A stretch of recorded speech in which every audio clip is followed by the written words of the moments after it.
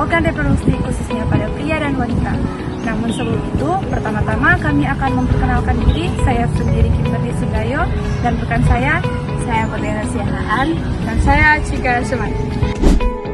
Sistem reproduksi atau sistem genital merupakan sekumpulan organ seks, baik internal maupun eksternal, beserta dengan kelenjar dan hormon yang bekerja sama untuk tujuan reproduksi seksual.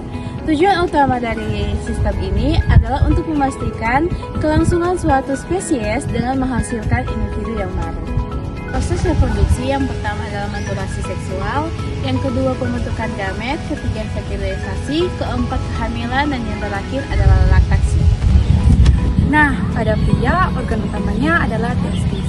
Testis ini sebagai tempat produksi sperma dan hormon. Lalu saluran yang membawanya dan juga penis. Fungsi utamanya memproduksi dan menyalurkan sel sperma. Sementara pada wanita, organ intinya adalah ovarium, yaitu tempat produksi sel telur dan hormon. Kemudian ada tuba falopi, rahim, yaitu tempat bertumbuhnya janin, dan vagina. Fungsinya adalah memproduksi sel telur dan menjadi tempat penumbuhan janin. Langsung saja kita masuk pada tahap yang pertama, yaitu ovulasi. Ovulasi adalah sel telur matang yang dilepaskan dari ovarium menuju ke tuba falopi. Tahap yang kedua adalah perjalanan sperma. Sperma yang dilepaskan akan berenang cepat melewati rahim untuk mencapai sel telur. Sperma yang bertahan akan mencapai tuba falopi atau tempat pertemuan. Nah, tahap yang ketiga adalah pertemuan dan pembuahan, di mana pertemuan antara sel sperma dan sel telur dinamakan fertilisasi. Hanya akan ada satu sel sperma yang akan berhasil membuahi sel telur, dan pembuahan ini terjadi di tuba falopi, di mana materi genetik akan bergabung dan membentuk zigot. Nah, tahap yang keempat atau tahap yang terakhir adalah implantasi, di mana zigot mulai membelah diri dan bergerak menuju rahim dan akan menempel pada dinding rahim. Nah, inilah adalah tahap awal dari kehamilan.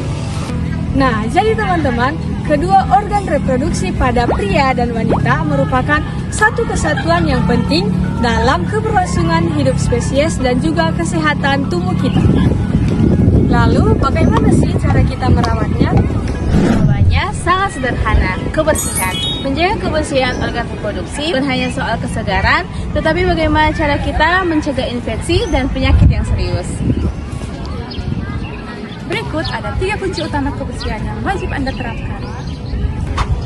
Cara yang pertama adalah mencuci dengan benar. Selalu bersihkan organ reproduksi setiap mandi dan setelah buang air. Menggunakan air bersih mengalir dan jangan menggunakan sabun yang berwangi keras, karena itu dapat mengganggu keseimbangan alami bakteri.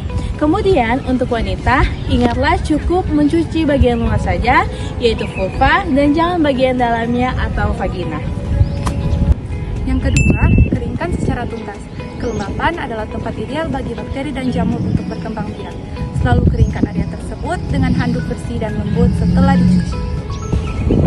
Nah, kunci yang ketiga adalah memilih pakaian dalam yang tepat, karena pakaian dalam dapat mempengaruhi kesehatan dan kelembapan dari organ reproduksi. Jadi teman-teman, pilihlah pakaian dalam yang berbahan katun dan longgar dan minimal ganti sekali sehari. Dan khususnya pada wanita, ganti pembalut saat menstruasi itu minimal 3-4 jam untuk menghindari bau yang tidak sedap dan juga infeksi bakteri.